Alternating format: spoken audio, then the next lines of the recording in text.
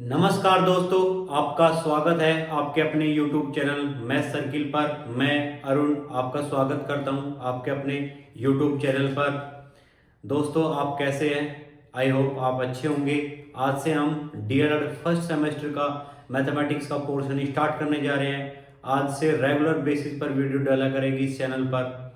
आज हम lecture 1 start करेंगे। जो पहला टॉपिक है, पहली इकाई आपकी सिलेबस की दी गई है। इस लेक्चर सीरीज में हम बिल्कुल डिटेल से सिलेबस को कराएंगे, जिससे आप 25 में से 25 अंक पा सके। और ये भी तरीका बताएंगे कि एग्जाम में किस तरीके से आपको क्वेश्चन लिखने से आपको फुल अंक आ सकते हैं। यदि आपका मैथमेटिक्स बिल्कुल वीक है, कमजोर है, तो ये वीडियो आपके लिए, स्पेशल आपके लिए वीडियो है। मैं बिल्कुल डिटेल से आपको एक्सप्लेन करता चलूँगा। तो वीडियो को स्टार्ट करने से पहले कृपया वीडियो को लाइक करें, चैनल को सब्सक्राइब करें। आइए बच्चों, वीडियो स्टार्ट करते हैं।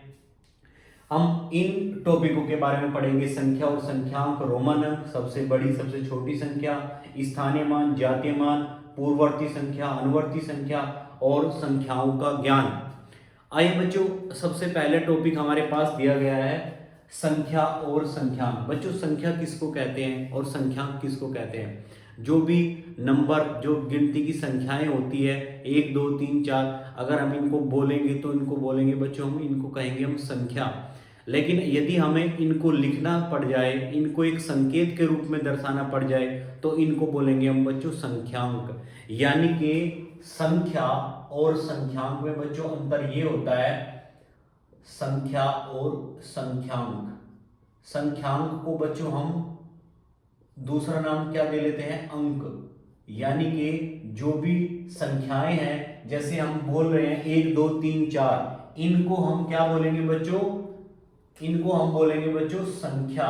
लेकिन यदि हमने इन संख्याओं को संकेतों के द्वारा, जैसे 1 2 3 4 5 इस रिप्रेजेंटेशन को, यानी कि इस संकेत को हम क्या बोलेंगे? संख्यांक या अंक। आई होप आपको समझ में आ गया होगा बच्चों, संख्या और संख्यांक में अंतर क्या होता है। मैं एक बार फिर रिवाइज करा देता हूं। यदि हम संख्याओं को, हम नंबरों को यदि हम बोल रहे हैं, तो इनको हम बोलेंगे बच्चों संख्या। यदि हम इनको एक स्पेशल संकेतों द्वारा लिखते हैं, तो इनको हम क्या कहेंगे? संख्यांक। आइए बच्चों, अब अंकों को लिखने की पद्धति देखते हैं। बच्चे, वैसे तो कई पद्धतियां होती है, लेकिन हम इंपॉर्टेंट पढ़ेंगे। अंतरराष्ट्रीय पद्धति 1 2 3 4 5, ये सभी 1 2 3 4 अंतरराष्ट्रीय पद्धति बोलते हैं। ये यूनिवर्सल है, सभी जगह यही चलती है। इसके बाद में हम पढ़ेंगे रोमन अंक। इससे भी रिलेटेड कोई क्वेश्चन आ जाता है पेपर में। देखते हैं रोमन अंक। मैं कुछ रोमन अंक रिप्रेजेंट कर रहा हूं। जैसे बच्चों, संख्याओं, ये अंतरराष्ट्रीय अंक लिखते हैं। ये अंतरराष्ट्रीय अंक है 3 4 5 6 7 8 9 और 10। यदि हम रोमन अंक की बात करेंगे, तो रोमन अंक 1 को हम लिखेंगे इस तरीके से बच्चों, 2 को लिखेंगे इस तरीके से, 3 को बच्चों लिखेंगे इस तरीके से, 4 को लिखेंगे बच्चों इस तरीके से, और 5 को लिखेंगे बच्चों इस तरीके से, 6 को लिखेंगे बच्चों इस तरीके से, 7 ये हो जाएगा आपका, और 8 ये हो जाएगा। 9 को हम लिखेंगे बच्चों IX, और 10 को हम लिखेंगे X। इसी तरीके से यदि हम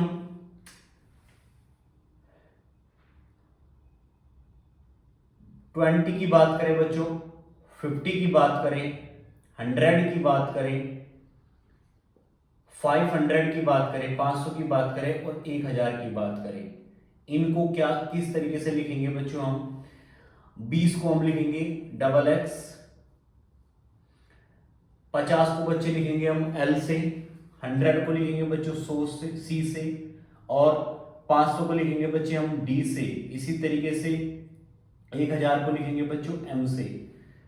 ये कुल कुछ रोमन अंक दर्शाए गए अंतरराष्ट्रीय अंकों को, जो संख्याएं होती है हमारी, उनको हम रोमन अंकों के द्वारा इस तरीके से लिख सकते हैं। अब एक क्वेश्चन उठता है बच्चों, जीरो का रोमन अंक क्या होता है? ये काफी बार पूछा जाता है, इंपॉर्टेंट है बच्चे। जीरो का रोमन अंक नहीं होता, लेकिन कुछ समय पहले तक इसका रोमन अंक नहीं ज्ञात किया जा सकता था, लेकिन अब कुछ टाइम से इसका रोमन अंक हम n से रिप्रेजेंट करते हैं। n का मतलब होता है नल, और ये रोमन भाषा का शब्द है, नुला से बना हुआ है। नल का मतलब कोई नहीं। अतः हम अब अगर आपके क्वेश्चन में आ जाता है, आपके आंसर पेपर में आ जाता है क्वेश्चन, 0 का रोमन अंक क्या होगा, तो आप अगर ऑप्शन में आपको n मिलेगा तो आप उसको टिक कर सकते हैं, अदरवाइज इनमें से कोई नहीं हो सकता है। आई होप आपको ये रोमन अंक समझ में आए होंगे। इनको बच्चों याद कर लेना है, आपको एग्जाम में आ भी सकते हैं इनसे रिलेटेड क्वेश्चन। आइए अब हम तीसरा टॉपिक पढ़ते हैं, सबसे बड़ी तथा सबसे छोटी संख्या कैसे निकालते हैं। ये भी इंपॉर्टेंट टॉपिक है। जैसे बच्चों हमें संख्याएं देकर कोई भी प्राकृतिक संख्या दे देगा, कोई भी संख्या जैसे पूर्ण संख्याएं, हमारे पास कोई संख्या दी 4, 3, 9, 0 और 8, ये संख्याएं देकर हमसे पूछ लेगा कि सबसे बड़ी संख्या इन 5 अंकों से लेकर हमें सबसे बड़ी संख्या बनानी है और सबसे छोटी, 5 अंकों की सबसे बड़ी और सबसे छोटी। तो इनमें सबसे हम अगर हम बड़ी संख्या बनानी है तो बड़ी संख्या के लिए बच्चों हम क्या करेंगे, सबसे बड़ा अंक लेंगे। सबसे बड़ा अंक 9 है, यहाँ पे 9 को लिख लेंगे। फिर इसके बाद में इससे छोटा आपका अंक 9 है, 8 है सॉरी। फिर इसके बाद में इससे छोटा 4 है, फिर इसके बाद में इससे छोटा 3 है, और इसके बाद में इससे छोटा है 0। तो ये सबसे बड़ी संख्या हो जाएगी बच्चों 5 अंकों की। यदि हमसे ये कहा जाए कि सबसे छोटी संख्या निकालो 5 अंकों की, कुछ बच्चे क्या कर देते हैं बच्चों, सबसे छोटी संख्या लिख लेते हैं 0, फिर इसके बाद में उससे बड़ी 3, फिर 4, और फिर इसके बाद में 8, और फिर इसके बाद में 9। बच्चों ये गलती हो जाएगा, ये बच्चों 4 अंकों की संख्या हो जाएगी, ना कि 5 अंकों की। तो इसके लिए हमें स्पेशल ध्यान देना पड़ेगा। हमें करना क्या होगा, सबसे पहले हम छोटा अंक लेंगे, सबसे छोटा, 0 के अलावा सबसे छोटा अंक बच्चों 3 है। इसके बाद में हम 0 को ऐड करेंगे, और फिर हम छोटा अंक इसके बाद में, फिर 8, फिर 9। ये 5 अंकों की सबसे छोटी जो हमें दे रखे हैं ये संख्या हो जाएगी, और ये सबसे बड़ी हो जाएगी। एक और एग्जांपल समझते हैं, जैसे 9, 8, 7, 3, 0 हमें, और 6, हमें ये बच्चों 6 अंक दिए गए हैं। इनसे हमें 6 अंकों की सबसे बड़ी और सबसे छोटी संख्या निकालनी है। तो सबसे बड़ी संख्या निकालने की कोशिश करेंगे। सबसे बड़ा अंक देखेंगे बच्चों 9 है, इसके बाद में 8 है, फिर इसके बाद में बच्चों 7 है, फिर 6 है, फिर 3 है, फिर 0। ये 5 अंकों की जो ये अंक दिए गए हैं इनमें सबसे बड़ी संख्या यही होगी। इसके बाद में यदि हम छोटी संख्या निकालने की कोशिश करेंगे बच्चों, छोटी संख्या, तो छोटी संख्या क्या होगी, सबसे पहले वही 0 नहीं लिखना है, 0 लगाओगे तो ये 5 अंकों की संख्या हो जाएगी। तो सबसे पहले हम क्या करेंगे बच्चों, 3 लिखेंगे, फिर इसके बाद में 0, फिर 6, फिर 7, फिर 8 और फिर 9। ये 6 अंकों की सबसे छोटी संख्याएं हो जाएगी। इस तरीके से हम सबसे छोटी और सबसे बड़ी संख्या लिख सकते हैं। क्वेश्चन किस प्रकार से आ सकता है, 5 अंक, हमें कोई अंक दे दिया जाएगा, जैसे ये अंक दिए गए हमें 5 अंक, इन अंकों से सबसे बड़ी और सबसे छोटी संख्याओं का अंतर ज्ञात कीजिए। तो इस टाइप से क्वेश्चन पूछे जा सकते हैं। एक टाइप का क्वेश्चन और क्या आ सकता है, इसमें बच्चों हमें दे दिया जाएगा 5 अंकों की सबसे बड़ी संख्या, कोई अंक नहीं देगा, तो 5 अंकों की अगर सबसे बड़ी संख्या बोलेगा तो क्या लिखेंगे, सबसे बड़ी संख्या 5 अंकों की 9, 9, 9, 9। ये 5 अंकों की सबसे बड़ी संख्या हो जाएगी बच्चों 5 अंक की। अगर हमसे बात करें कि 4 अंक की सबसे बड़ी संख्या, तो 9, 9, 9, 9, ये 4 अंक की सबसे बड़ी संख्या हो जाएगी बच्चों 4 अंक की। इसी तरीके से हम अगर हमें 6 अंक की बोलेगा तो 6 9 बार लिख देंगे हम, 1, 2, 3, 4, 5 और 6। इस तरीके से हम कितने भी अंक की, अगर हमसे 2 अंक की सबसे बड़ी संख्या बोले तो 2 अंक की सबसे बड़ी संख्या क्या हो जाएगी बच्चों, 99। इस तरीके से हम कितनी भी बड़ी संख्या निकाल सकते हैं, कितने भी अंकों की सबसे बड़ी संख्या। अगर हमें सबसे छोटी संख्या की बात करेगा तो सबसे छोटी संख्या अगर हमें निकालनी पड़े बच्चों 2 अंक की, अगर हमसे बात करेगा तो सबसे छोटी संख्या हम लिखेंगे 1 और इसके बाद में फिर लगा देंगे बच्चों 0। अगर हमसे 3 अंक की बात करेगा, 3 अंक की बात करेंगे तो क्या करेंगे 1 और इसके बाद में 0, 0। ये 3 अंकों की सबसे छोटी संख्या बच्चों। यदि 4 की बात करेगा तो फिर वही 1 लगाएंगे, फिर इसके बाद में 0 0 और 0। इस तरीके से आप समझ गए होंगे कि सबसे छोटी और सबसे बड़ी संख्या किस तरीके से हम निकाल सकते हैं। तो क्वेश्चन ये भी आ सकता है बच्चों, 5 अंकों की सबसे बड़ी तथा सबसे छोटी संख्याओं में अंतर। तो अगर ये क्वेश्चन आए, या फिर ये क्वेश्चन आ सकता है कि 4 अंकों की सबसे बड़ी तथा सबसे छोटी संख्याओं में अंतर, तो हम क्या करेंगे, सबसे बड़ी संख्या लिखेंगे 4 अंकों की बच्चों। 4 अंकों की सबसे बड़ी संख्या क्या हो जाएगी, 9 9 9 9। और सबसे छोटी संख्या क्या हो जाएगी बच्चों, छोटी संख्या 1 0 0 0। अगर इनका अंतर निकालने की बात करेगा तो इनका हम घटा देंगे बच्चों, ये हो जाएगा 8999। अगर हम इनकी जोड़ की बात करेंगे तो बच्चों इनको हम जोड़ भी सकते हैं। अगर इनका योग की बात करेगा तो हम योग भी निकाल सकते हैं, 9 9 9 और बच्चों ये 10। तो इस तरीके से हम कितने भी अंकों की बड़ी से बड़ी और छोटी से छोटी संख्या निकाल सकते हैं। आई होप ये टॉपिक आपको समझ में आ गया होगा। आइए बच्चों अगला टॉपिक पढ़ते हैं हम, स्थानीय मान तथा जातीय मान। बच्चे इससे काफी अच्छे क्वेश्चन आते हैं एग्जाम में और अच्छे क्वेश्चन बनते हैं। तो सबसे पहले इनको जान लेते हैं, स्थानीय मान क्या होता है। जैसे हमने कोई भी संख्या लिखे बच्चे 9 8 7 5, अगर मैं ये बात करूं, ये अंक बच्चों क्या है, इकाई का अंक है। इसको बच्चे हम बोलते हैं दहाई का अंक, इसको बच्चे बोलते हैं हम सैकड़ा, और इसको बोलते हैं हजार। यदि मैं इनको एक्सपेंड करके लिखूं, विस्तार करके लिखूं, तो बच्चों मैं इसको क्या लिख सकता हूं, 5 का इकाई का अंक, मतलब इसमें 1 की गुना हुई होगी। 7 को अगर मैं क्या लिख सकता हूं, 7 में अगर ये दहाई का मतलब क्या होता है बच्चों 10, तो 10 की गुना हुई होगी। 8 का मतलब क्या होता है बच्चों, यहाँ पे सैकड़े का मतलब होता है 100 से, तो 8 में किससे गुना हुई होगी बच्चों, 100 से, तो गुना 100। इसी तरीके से 9 में बच्चों, 9 का मतलब ये 1000 है, तो इसमें गुना किससे हुई होगी बच्चों, 9 में यहां गुना हुई होगी 1000 से। तो अगर हमें स्थानीय मान की बात करेगा तो हम क्या लिख लेंगे, 5 70 800 और 9000। अगर हमसे ये बात करें, इसमें 7 का स्थानीय मान क्या हो जाएगा बच्चों, 70। 9 का स्थानीय मान क्या हो जाएगा बच्चों, 900। 5 का स्थानीय मान बच्चों 5। यदि हमें किसी भी संख्या में किसी भी अंक का स्थानीय मान निकालना है, तो उस अंक के पीछे जितनी भी अंक है उनके स्थान पर हम क्या कर देते हैं बच्चों, 0 0 लगा देते हैं। जैसे एक एग्जाम्पल और लेते हैं हम बच्चों, 0 9 2 8। इसमें स्थानीय मान निकालना है बच्चों हमें 2 का, तो 2 का स्थानीय मान निकालने के लिए हम क्या करेंगे, 2 के पीछे एक 0 लगा देंगे। अगर हमें 9 का स्थानीय मान निकालना है बच्चों, तो क्या करेंगे, 9 0 0। 8 का स्थानीय मान निकालना है बच्चों 8, और 0 का स्थानीय मान क्या हो जाएगा, 0। 0 का स्थानीय मान क्या हो जाएगा बच्चों, 0, क्योंकि ये संख्या 4 डिजिट की नहीं है, ये संख्या 3 डिजिट की है। 3 डिजिट का मतलब ये सैकड़ा है।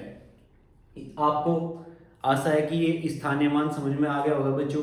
अब हम पढ़ते हैं जातीय मान क्या होता है। बच्चे जातीय मान का मतलब होता है, स्थानीय मान का होता है प्लेस वैल्यू, और जातीय मान का मतलब होता है फेस वैल्यू।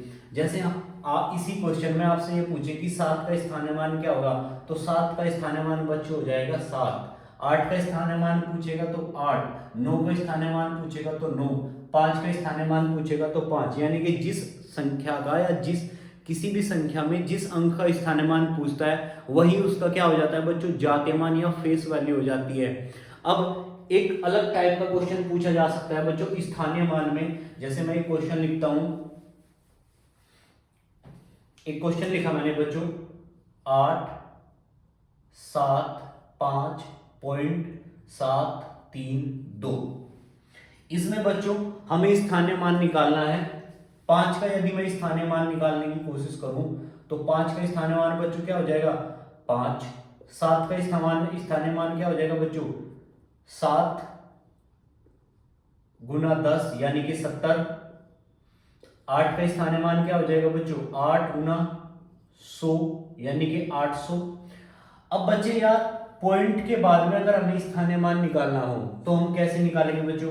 देखो, पॉइंट के बाद में स्थानीय मान निकालना है हमें, पॉइंट के बाद में स्थानीय मान, अगर हमें 7 का स्थानीय मान निकालना है तो हम क्या करेंगे, 7 गुना 1/10, 1/10 से गुणा कर देंगे। अगर हमें 3 का स्थानीय मान निकालना है, 3 का स्थानीय मान निकालना है बच्चों यहाँ पे हमें, तो हम क्या करेंगे, 3 गुना 1/100। अगर हमें 2 का स्थानीय मान निकालना है तो हम क्या करेंगे, 2 गुना 1/1000। यानी कि अगर हमें पॉइंट के बाद संख्याओं का स्थानीय मान निकालना है तो हम उसके बटे में इतनी ही जीरो बढ़ाते चले जाएंगे। आई होप ये आपको समझ में आ गया होगा। इससे रिलेटेड काफी कम क्वेश्चन पूछे जाते हैं, लेकिन मैंने आपको बता दिया, अगर इससे बाय चांस कोई क्वेश्चन पूछ जाए तो आप इसको कर सकते हो। अब इससे रिलेटेड क्वेश्चन किस टाइप के पूछे जाएंगे? क्वेश्चन ये पूछे जाएंगे, कोई भी संख्या देकर हमें 8, जैसे 9, 5, 4, 3, 2, 1, ये कोई संख्या दे दी जाएगी और इसमें ये पूछेगा कि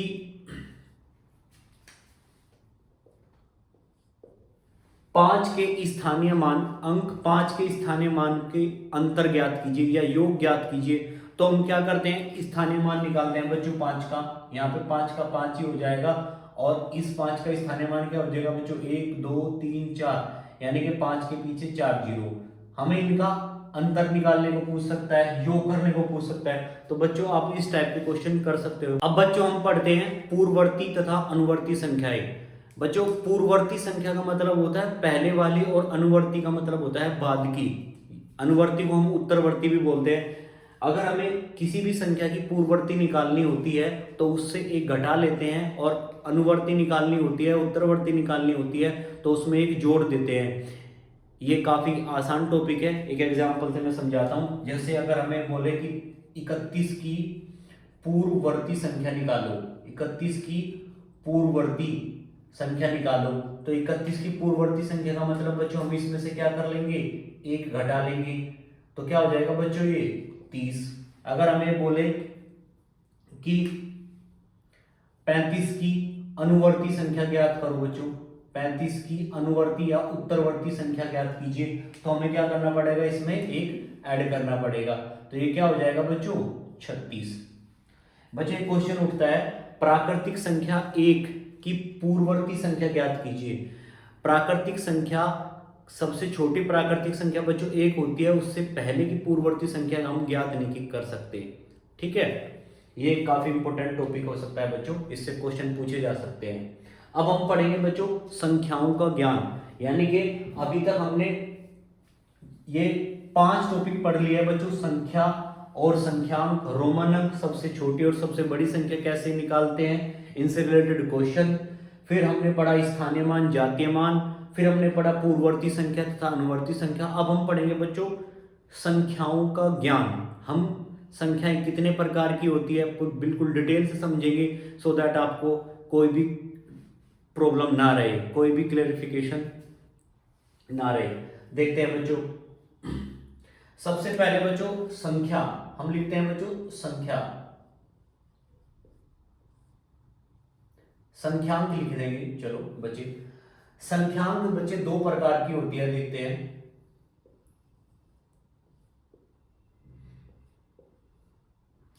पहली होती है बच्चों वास्तविक संख्याएं,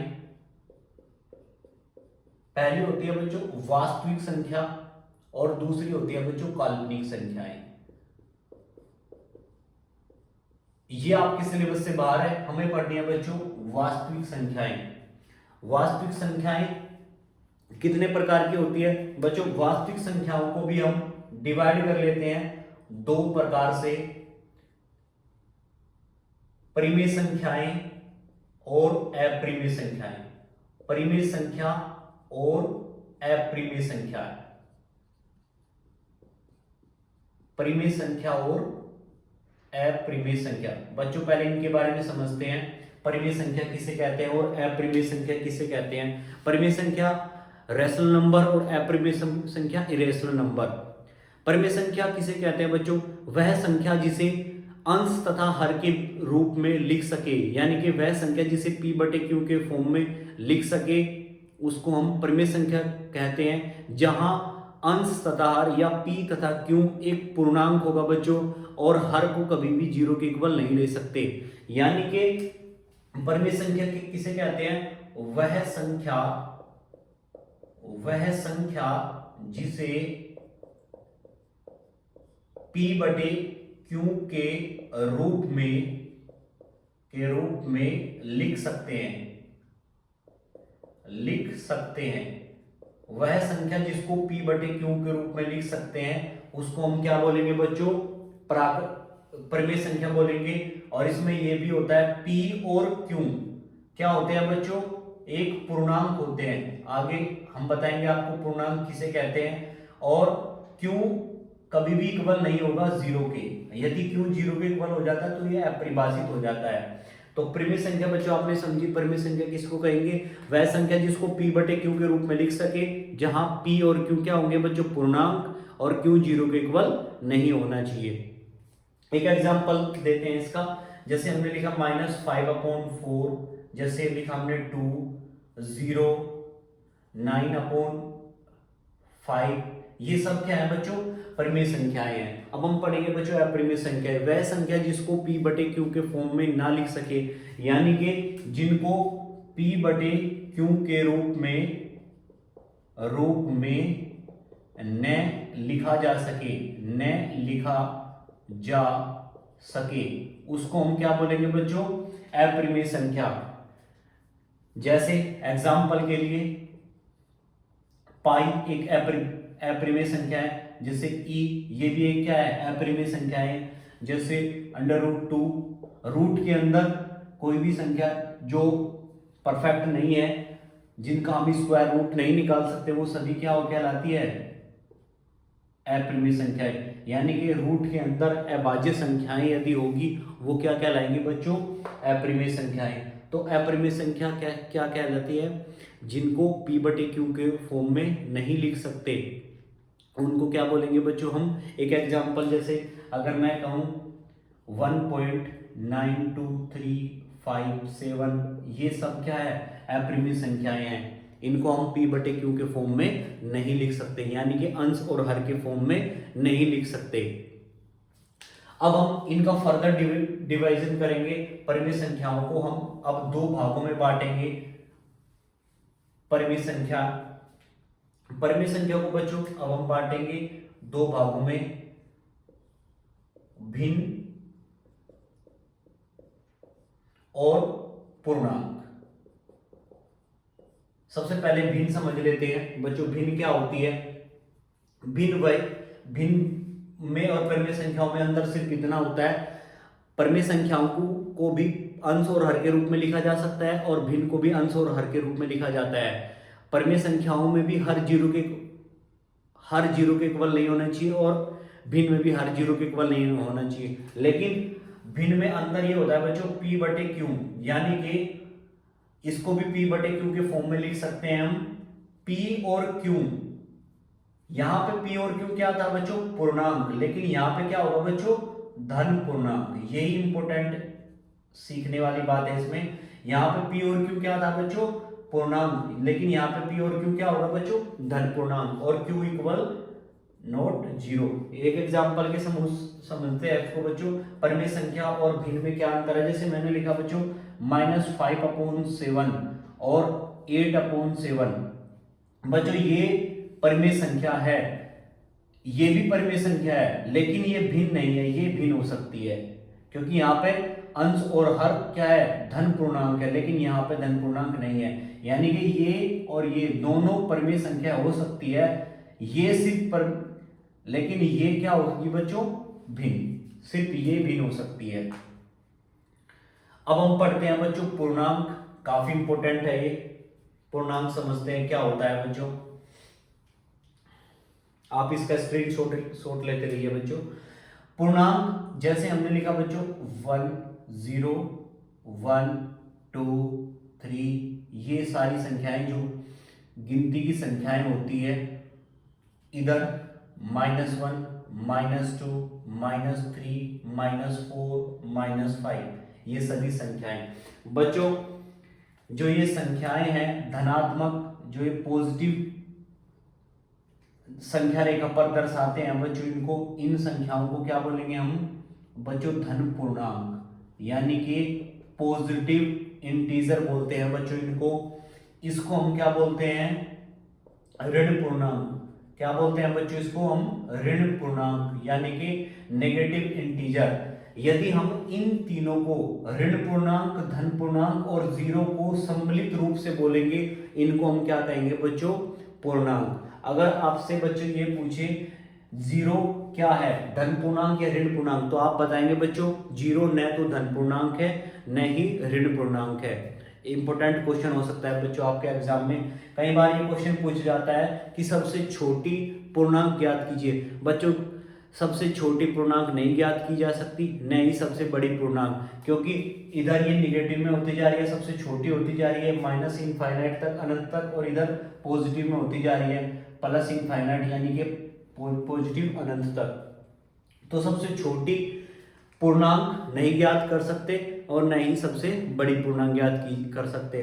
तो बच्चों इनको हम क्या बोलेंगे? धन पूर्णांक, और इनको बच्चों हम क्या बोलेंगे? ऋण पूर्णांक। अब इंपॉर्टेंट चीज समझते हैं बच्चों, धन पूर्णांक को दूसरा नाम क्या दिया जाता है बच्चों? प्राकृतिक संख्याएं। प्राकृतिक संख्याएं इंपॉर्टेंट है बच्चे ये, प्राकृतिक संख्याएं। प्राकृतिक संख्याओं को इंग्लिश में क्या बोलते हैं? Natural number, natural numbers. इनको क्या बोलते हैं बच्चों? इंटीजर। इनको पॉजिटिव इंटीजर, निगेटिव इंटीजर। अब बच्चों समझते हैं धन पूर्णांक का दूसरा नाम क्या होता है बच्चों? प्राकृतिक संख्याएं, नेचुरल नंबर। एक से अनंत तक की संख्याएं क्या होती है बच्चों? प्राकृतिक संख्याएं। इनको प्राकृतिक संख्या इसलिए नाम दिया गया बच्चों, जब बच्चे का जन्म होता है तो शुरुआती स्टेज में वो नेचुरल, यानी कि नेचर, प्रकृति से, प्रकृति, नेचर माने होता है प्रकृति, प्रकृति से बच्चों 1 2 3, 1 2 3 4 सीखता है, इसलिए इन संख्याओं को हम नेचुरल नंबर बोल देते हैं। इनको हम क्या बोलते हैं बच्चों? नेचुरल नंबर, यानी कि धन पूर्णांक। अब बच्चों यदि हम धन पूर्णांक में यदि हम जीरो को भी ऐड कर लेते हैं बच्चों, धन पूर्णांक में जीरो को भी ऐड कर लेते हैं, इसको हम क्या बोलेंगे बच्चों? पूर्ण संख्या या होल नंबर। पूर्ण संख्या या होल नंबर, होल नंबर। अब बच्चों क्वेश्चन पूछा जाता है कि सबसे छोटी प्राकृतिक संख्या, काफी बार पूछा गया है, सबसे छोटी प्राकृतिक संख्या क्या होती है बच्चों? 1। सबसे छोटी प्राकृतिक संख्या 1। सबसे बड़ी प्राकृतिक संख्या ज्ञात नहीं की जा सकती, अनंत, या इनमें से कोई नहीं। सबसे छोटी पूर्ण संख्या, सबसे छोटी पूर्ण संख्या बच्चों होती है 0, और सबसे बड़ी पूर्ण संख्या ज्ञात नहीं की जा सकती। तो बच्चों अभी हमने सीखा संख्याएं दो प्रकार की होती है, वास्तविक संख्या, काल्पनिक संख्या। ये आपके आउट ऑफ सिलेबस है। वास्तविक संख्याओं को हम दो प्रकार से विभाजित कर सकते हैं, परिमेय संख्याएं और अपरिमेय संख्याएं। परिमेय संख्या किसे कहते हैं? जिसको p/q के फॉर्म में लिखा जा सके। अपरिमेय संख्या जिनको p/q के फॉर्म में नहीं लिखा जा सके। भिन्न परिमेय संख्याओं को दो भागों में बांटा, भिन्न और पूर्णांक। भिन्न किसे कहेंगे? जिसको p/q के फॉर्म में लिखा जा सकते हैं, जहां p और q क्या होता है बच्चों? धन पूर्णांक। अब धन पूर्णांक की बात हमने यहाँ पे की थी, तो बच्चों जिसको कहते हैं हम धन पूर्णांक, यानी कि नेचुरल नंबर एक प्रकार से क्या कहलाती है बच्चों? धन पूर्णांक। अभी हमने पढ़ा बच्चों पूर्णांक, नेगेटिव इंटीजर यानी कि ऋण पूर्णांक, और ये धन पूर्णांक। ऋण पूर्णांक, जीरो और धन पूर्णांक का सम्मिलित फॉर्म क्या कहलाता है बच्चों? पूर्णांक। बच्चों अभी तक हमने प्राकृतिक संख्याएं, पूर्ण संख्याएं और पूर्णांक, परिमेय संख्याएं, अपरिमेय संख्याएं के बारे में पढ़ा। अब हम पढ़ते हैं पूर्ण संख्याओं के प्रगुणन। पूर्ण संख्या क्या होती है बच्चों? 0 1 2 3 4 अनंत तक, ये सभी क्या कहलाती है बच्चों? पूर्ण संख्याएं। सबसे छोटी पूर्ण संख्या क्या होती है बच्चों? 0। अब पूर्ण संख्याओं में बच्चों योग के, पूर्ण संख्याओं में योग के कुछ नियम होते हैं, किस तरीके से संख्याओं को जोड़ा जाता है, प्रगुण बोलते हैं उनको। सबसे पहला नियम है बच्चों योग का समवर्ग प्रगुण, यानी कि क्लोजर प्रॉपर्टी। इसका मतलब ये रहता है कि यदि दो पूर्ण संख्याओं को, पूर्ण संख्याएं बच्चों क्या होती है बच्चों? 0 1 2 3 4 अनंत तक, ये सभी क्या कहलाती है बच्चों? पूर्ण संख्याएं। योग का समवर्ग नियम किसे कहते हैं बच्चों? यदि दो संख्याओं को जोड़ने पर पूर्ण संख्या ही आती है तो उसको हम क्या बोलते हैं बच्चों? योग का समवर्ग नियम। जैसे अगर हमने संख्याओं को जोड़ा 0 और 2, यानी कि जोड़ने पर क्या है बच्चों? एक पूर्ण संख्या है, तो ये योग का समवर्ग नियम कहलाता है। जैसे हमने जोड़ा बच्चों 8 और 3, जोड़ने पर क्या है बच्चों? 11, ये भी एक क्या है? पूर्ण संख्या। तो योग का इसको हम क्या बोलते हैं? समवर्ग नियम। यानी कि दो पूर्ण संख्याओं को जोड़ने पर यदि कोई पूर्ण संख्या आ जाती है तो हम इसको कहते हैं समवर्ग नियम। बच्चे अब हम देखते हैं कि घटा में, यानी कि पूर्ण संख्याओं के घटा समवर्ग नियम का पालन करता है नहीं। देखते हैं बच्चों, जैसे हमने लिखा बच्चों 8, या हम लिखते हैं 2 माइनस 3, 2 में से यदि हम 3 घटाएंगे तो बच्चों आएगा क्या? -1। -1 एक पूर्ण संख्या नहीं है बच्चों, ये क्या है? पूर्णांक। और क्या है? ऋण पूर्णांक। तो घटा में पूर्ण संख्याएं समवर्ग नियम का पालन नहीं करती। इंपॉर्टेंट है बच्चों ये। अब पढ़ेंगे बच्चों योग का क्रम विनिमय नियम। इसका मतलब ये रहता है, जैसे हमने 2 और 3 को जोड़ा, क्या है बच्चों? 5। अगर हम 3 और 2 को जोड़े तब भी ये क्या आएगा बच्चों? 5। यानी कि पूर्ण संख्याओं का यदि हम क्रम बदल के जोड़े तो इसमें कोई अंतर नहीं आता। अब बच्चों पढ़ते हैं हम योग का तत्समक अवयव। यानी कि पूर्ण संख्याओं में यदि हम, जैसे ये कोई भी संख्या हमने लिखी 4, पूर्ण संख्या में यदि हमने 0 को ऐड किया बच्चों, 0 को जोड़ दिया तो क्या आएगा बच्चों? 4। तो रिजल्ट क्या मिलेगा बच्चों? 4। यानी कि किसी भी पूर्ण संख्या में यदि हम 0 को जोड़ेंगे तो वही संख्या मिलेगी। तो 0 को हम क्या बोलते हैं बच्चों? योग का तत्समक अवयव। इंपॉर्टेंट है बच्चों ये भी। फिर अगला पढ़ते हैं हम योग का साहचर्य परगुण। ये भी इंपॉर्टेंट है। यानी कि जैसे हमने 2 और 3 को जोड़ा, फिर इसके साथ हमने 4 को जोड़ा, तो हम इसको जोड़कर क्या लिख सकते हैं? 2 और 3 5, 5 + 4 यानी कि 9। अगर हम इसको हम ऐसे लिखे 2 + 3 + 4 यानी कि 2 + 4 और 3 7, यानी कि तब भी ये 9 आएगा। तो योग में भी ये साहचर्य परगुण का पालन करता है। अब बच्चों पढ़ते हैं गुणन का, पूर्ण संख्याओं का गुणन का परगुण। पूर्ण संख्याओं के गुणा के परगुण। सबसे पहले गुणन का परगुणन पढ़ते हैं, यानी कि समवर्ग नियम का पालन करता है गुणन। यानी कि दो पूर्ण संख्याओं की यदि हम गुणा करेंगे तो एक पूर्ण संख्या आनी चाहिए। जैसे हमने 4 × 3, ये पूर्ण संख्या है, इनकी गुणा की आपस में तो क्या है? 12। जैसे हमने 0 × 8, ये भी दो पूर्ण संख्या है, इनकी गुणा करने पर क्या है? 0। 0 भी एक क्या है? पूर्ण संख्या, सबसे छोटी।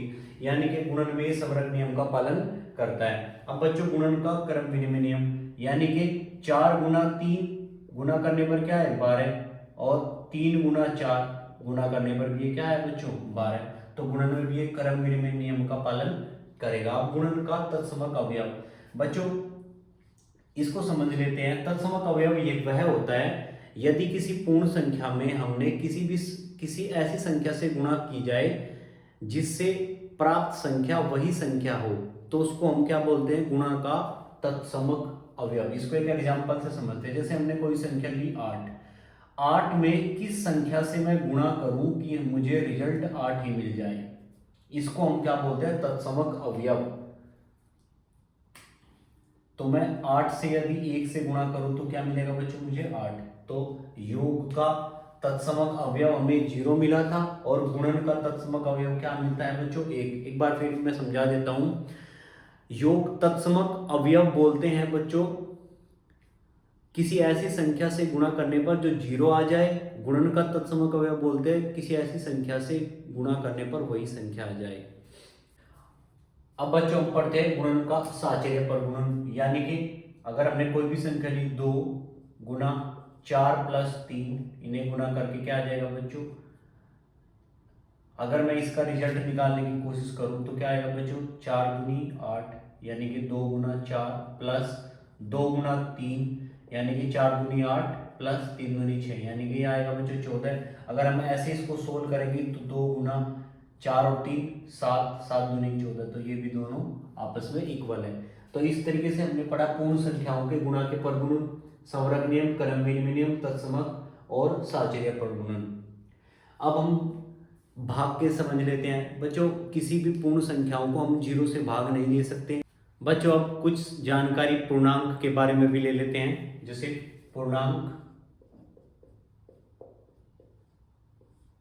पूर्णांकों का निरपेक्ष मान,